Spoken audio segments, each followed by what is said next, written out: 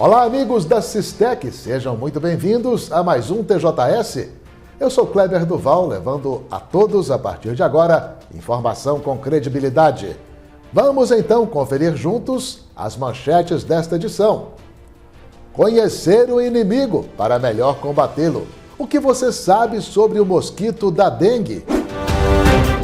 Homem que queimava material reciclável morre em incêndio em Governador Valadares. Quase 1.500 papelotes de cocaína e outras drogas são apreendidos em Ipatinga.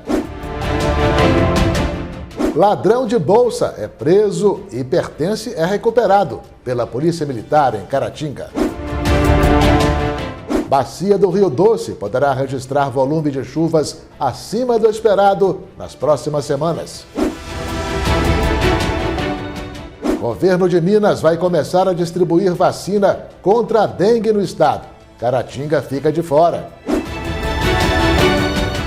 E veja também, homem é encontrado sangrando com corte na cabeça em calçada de Caratinga e diz não saber quem o agrediu. Estes e outros assuntos no TJS, começando em instantes.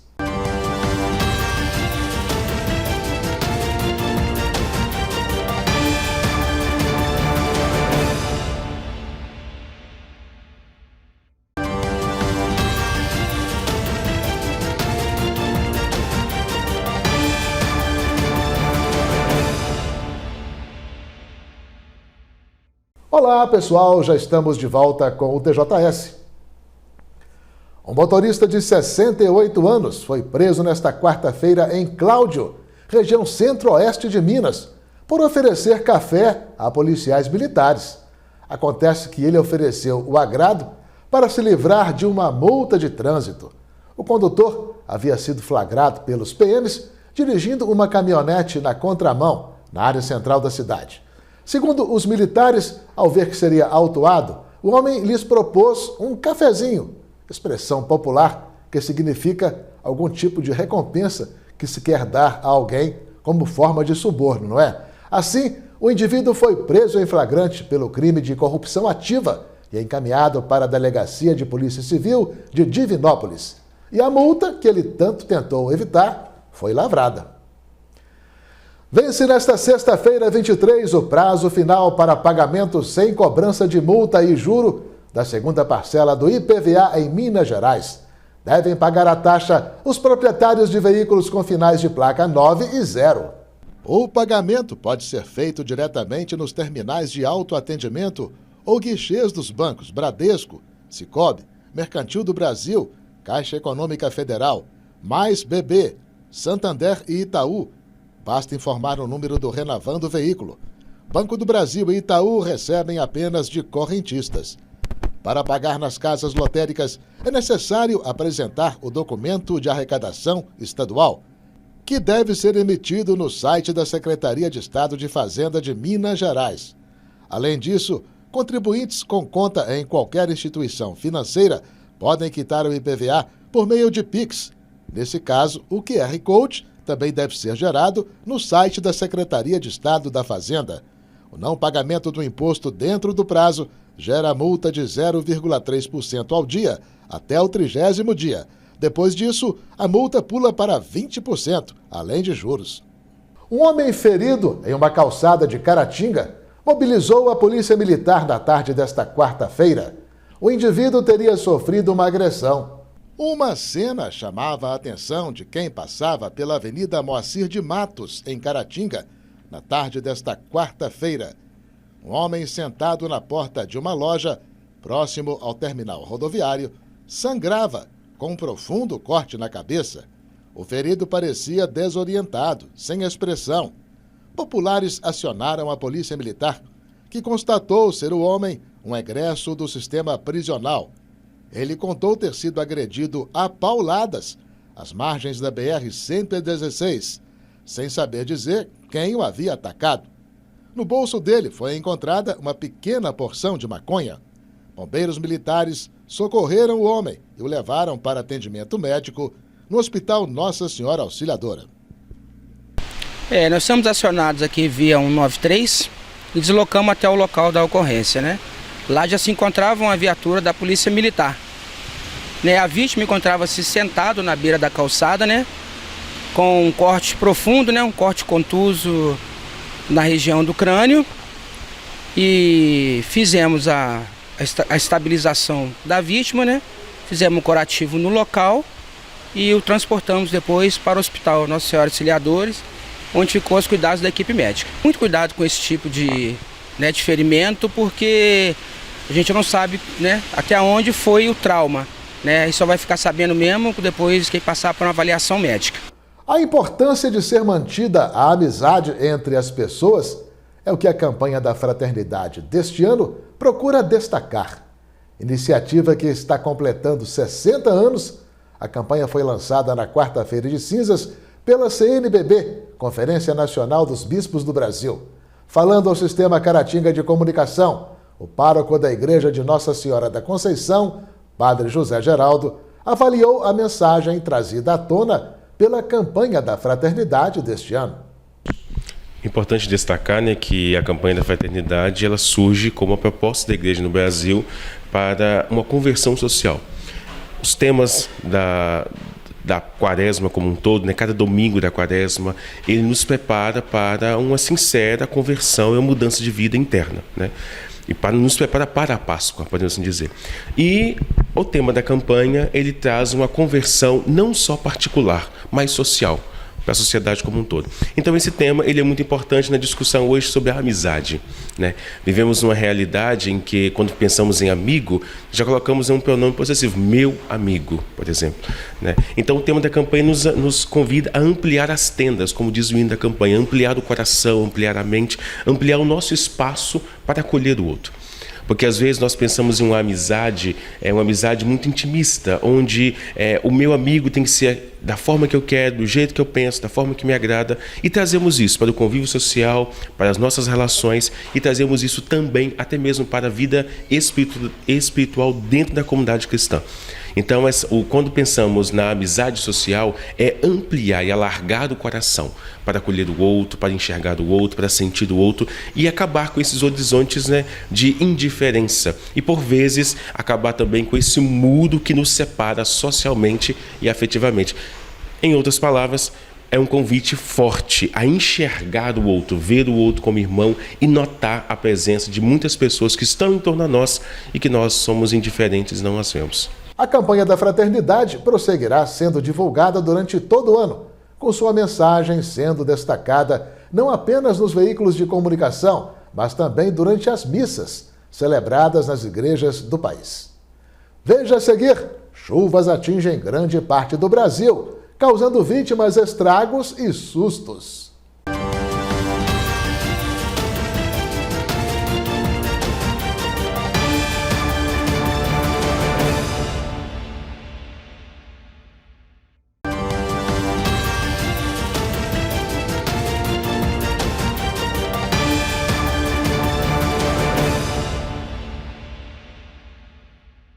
Olá, bem-vindos de volta ao TJS. O trecho de terra da BR-474, estrada Caratinga-Ipanema, está sofrendo com as últimas chuvas. Ele corta a área de proteção ambiental e não recebeu asfalto como forma de preservação das espécies animais do local. O que se vê são muitos caminhões que não conseguem passar pela rodovia, escorregadia por causa da lama. O registro foi feito na tarde desta quinta-feira.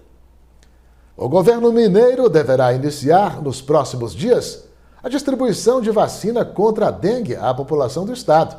Minas vive uma epidemia da doença, com o registro de 36 mortes somente este ano. As 78.790 doses da vacina Qdenga, de fabricação japonesa, já foram entregues pelo governo federal e beneficiarão apenas 22 municípios do estado, escolhidos de acordo com critérios do governo central. São eles: possuir população acima de 100 mil habitantes, apresentar alta incidência de dengue em 2023 e 2024 e ter predominância do sorotipo 2. Nessa etapa, apenas crianças de 10 a 11 anos serão imunizadas. Na região, Somente cidades do Vale do Aço receberão a vacina. O esquema vacinal será composto por 2 doses, com intervalo de 3 meses entre elas.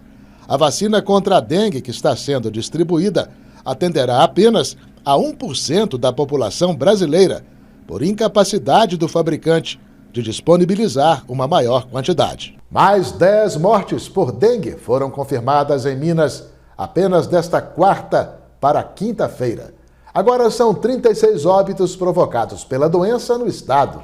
De acordo com os dados, as mortes mais recentes foram registradas nas cidades de Betim, Conselheiro Lafayette, Contagem, Mateus Leme, Morro da Graça, Patos de Minas, Santa Luzia, Sobralha e Belo Horizonte. A idade das vítimas e as datas em que os óbitos aconteceram não foram divulgados. O número de casos da enfermidade transmitida pelo mosquito Aedes aegypti segue subindo. Foram mais de 6 mil registros suspeitos em apenas 24 horas. O total de diagnósticos positivos desde janeiro, em Minas, atinge agora 93 mil e outras 260 mil notificações suspeitas aguardam o resultado de exames. A capital mineira é a cidade com mais casos prováveis notificados da doença no estado, 26.189. Ainda de acordo com o painel, 54,5% dos casos são em mulheres e 45,14% em homens. A faixa etária mais afetada são das pessoas de 20 a 29 anos e de 30 a 39 anos. Belo Horizonte é a cidade que mais tem casos prováveis notificados por dengue, mais de 28 mil, e 88 casos de chikungunya. E a Agência Nacional de Águas e Saneamento Básico, ANA, realizou esta semana a sua segunda reunião de avaliação do período chuvoso na bacia do Rio Doce. Na abertura, um alerta do Instituto Nacional de Meteorologia, INMET, chamou a atenção para a previsão de chuvas intensas, com volumes superiores à média histórica, esperadas para os próximos 5 dias na bacia. O Centro Nacional de Monitoramento e Alertas de Desastres Naturais, CEMADEM, projetou precipitações entre 60 e 80 milímetros nas próximas 2 semanas. Apesar das previsões de chuvas volumosas, não se espera a ocorrência de inundações significativas ao longo da bacia. Isso devido a uma estação chuvosa mais curta entre outubro e dezembro do ano passado, que resultou em vazões abaixo do normal. Mesmo com chuvas acima da média em janeiro, o volume acumulado ainda se mantém inferior ao esperado, indicando um comportamento atípico para a região. Apesar dessas análises, a continuidade do período chuvoso poderá elevar os níveis do Rio Doce em algumas localidades. Em Governador Valadares, existe uma tendência de aumento do nível do rio, o que poderá aproximar os valores da cota de alerta. As informações divulgadas pelo Serviço Geológico do Brasil confirmam que, até o momento, os níveis dos rios da bacia do Rio Doce estão dentro da normalidade. E não é apenas em Minas Gerais que as chuvas têm caído com intensidade. Em outras partes do Brasil também, as precipitações têm provocado estragos e tragédias. Em Aparecida, São Paulo, uma mulher de 51 anos morreu após ser arrastada a cerca de 120 metros por uma enxurrada. Na cidade, choveu 63 milímetros em apenas 25 minutos. Em Nova Iguaçu, Rio de Janeiro, um drama na noite desta quarta-feira. Uma mãe e seu bebê estavam em um carro arrastado pelas águas e que acabou submerso. Ambos foram salvos por um morador corajoso que conseguiu resgatá-los. Ainda no Rio de Janeiro, a BR-393, na altura de Barra do Piraí, foi totalmente interditada devido ao desmoronamento da pista. Em Manaus, no Amazonas, uma cena incrível. Durante uma chuva, um homem foi atropelado por um colchão, carregado pela enxurrada. Olha, falando aí em clima, não é mesmo? Vamos saber agora como ficará o tempo em Caratinga região, nesta sexta-feira.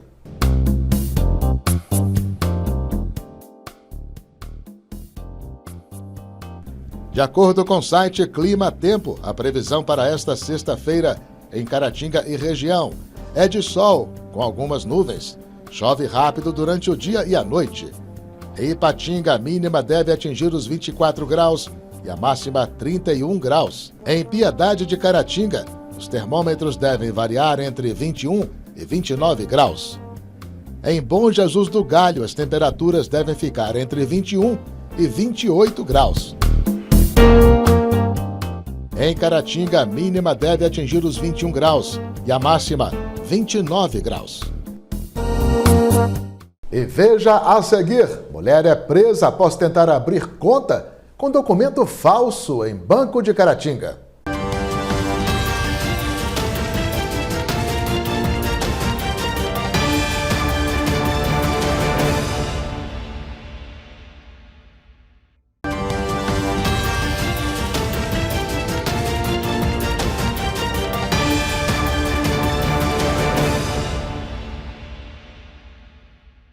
Uma mulher de 51 anos foi presa na tarde desta quinta-feira em Caratinga, após abrir uma conta na agência do Sicoob Credileste, usando um documento falso. O sargento Carlos Renato, da Polícia Militar, atendeu a ocorrência. A Polícia Militar foi acionada, comparecendo na agência do Banco Sicoob da Grama Maciel, onde havia uma senhora, ela tentava abrir uma conta, na verdade ela efetuou a abertura dessa conta. Contudo, o banco hoje possui um sistema interno de verificação de documentos, verificação de dados. Então foi aberta uma suspeita, onde a Polícia Militar compareceu e verificou que a carteira de identidade fornecida por ela na abertura, no ato da abertura da conta, é uma carteira de identidade falsa.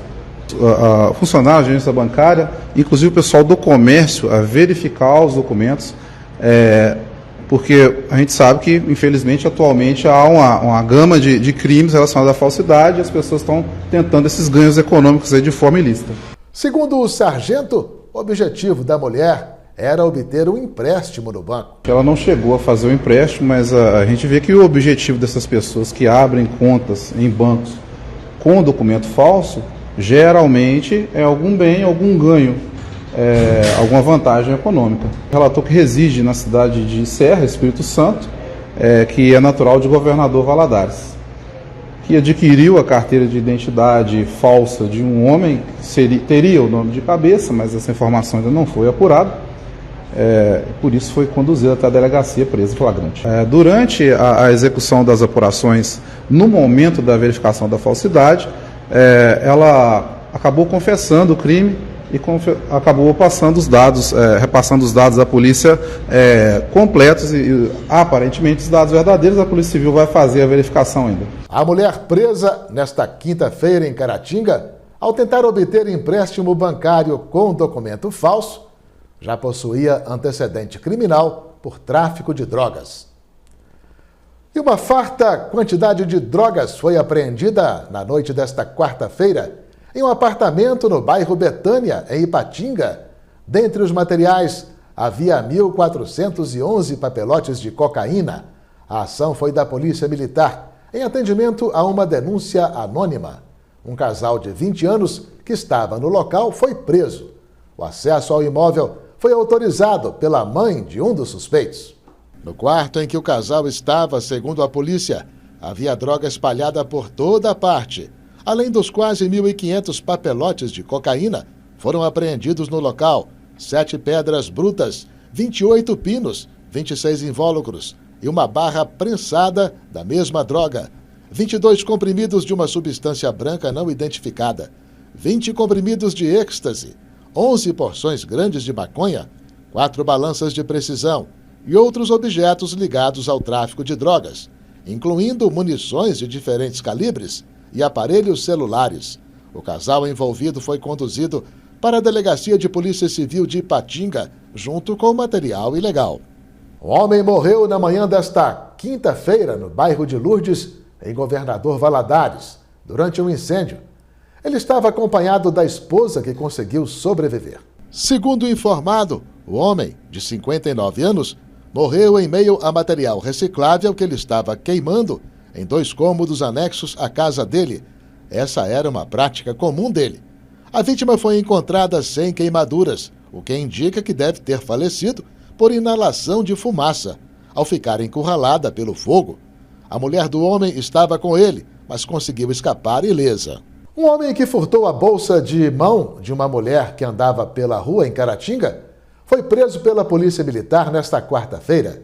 A vítima contou ter sido seguida na rua Capitão Paiva pelo criminoso, que lhe pedia insistentemente o dinheiro. De repente, o homem tirou-lhe a bolsa e saiu correndo. O ladrão foi rapidamente localizado pela Polícia Militar na Travessa Portes, próximo ao local do crime, com a nada discreta bolsa cor-de-rosa que havia furtado, em cujo interior estavam R$100 e mais alguns trocados. O indivíduo preso de 33 anos tinha em seu desfavor um mandado de prisão. Ele foi conduzido até a Delegacia de Polícia Civil. E como vimos, vacina contra a dengue não será para todos no Brasil. Então, cabe também a nós, cidadãos, ajudar no combate ao mosquito transmissor. Aliás, você o conhece bem? No vídeo a seguir estarão as informações que você precisa para combater o inimigo. O nome Aedes aegypti é derivado do grego e do latim e significa o odioso do Egito, país onde o mosquito foi descrito cientificamente pela primeira vez em 1762. O Aedes é originário de florestas tropicais do continente africano e começou a se alastrar pelo mundo com o comércio marítimo e o tráfico de pessoas escravizadas a partir do século XVI. Hoje está presente em regiões tropicais e subtropicais dos 5 continentes. Com menos de 1 centímetro, cor preta e listras brancas no corpo e nas patas, o mosquito é vetor de vírus que representam grandes desafios de saúde pública para o Brasil e diversos países, como dengue, zika e chikungunya, e é também um vetor em potencial do ciclo urbano da febre amarela. O papel do Aedes na transmissão de tantas doenças é ampliado pela grande capacidade de adaptação a ambientes habitados pelas pessoas. Os vírus são transmitidos através da picada da fêmea do mosquito, que precisa se alimentar com sangue para se reproduzir, e tem preferência pelo sangue humano. Os ovos, muito pequenos, do tamanho de um grão de areia, são depositados nas paredes de recipientes com água parada, como garrafas, bandejas de ar-condicionado, vasos de plantas, calhas entupidas, pneus e piscinas não utilizadas. Uma vez colocados, os ovos conseguem resistir a um ambiente seco por cerca de 1 ano. Nos períodos de chuvas, ao entrar em contato com a água, os ovos eclodem e surgem as larvas. Elas evoluem para pupas e, finalmente, para a forma de mosquito adulto, em um processo que dura de 7 a 10 dias, dependendo das condições ambientais. A maneira mais eficaz de prevenir as doenças transmitidas pelo Aedes é evitar a reprodução do mosquito. E essa responsabilidade é de todos. O poder público precisa fornecer condições adequadas de saneamento básico e coleta de lixo para reduzir os focos do mosquito nas cidades. E a participação da população é muito importante, porque estima-se que 80% dos criadouros estejam dentro das casas das pessoas. Reservatórios de água, como tonéis e caixas d'água, devem ser devidamente vedados e é preciso eliminar os focos de água parada, por exemplo, jogando a água fora e esfregando as paredes do recipiente com uma esponja. A rotina completa de prevenção no ambiente doméstico leva apenas 10 minutinhos por semana. Conheça a estratégia desenvolvida pelo Instituto Oswaldo Cruz acessando ioc.fiocruz.br/aedes ou pelo QR Code aqui na tela. E chegamos ao fim de mais um TJS, agradecendo aí a sua audiência. Vamos nos despedindo. A todos um forte abraço e até a próxima.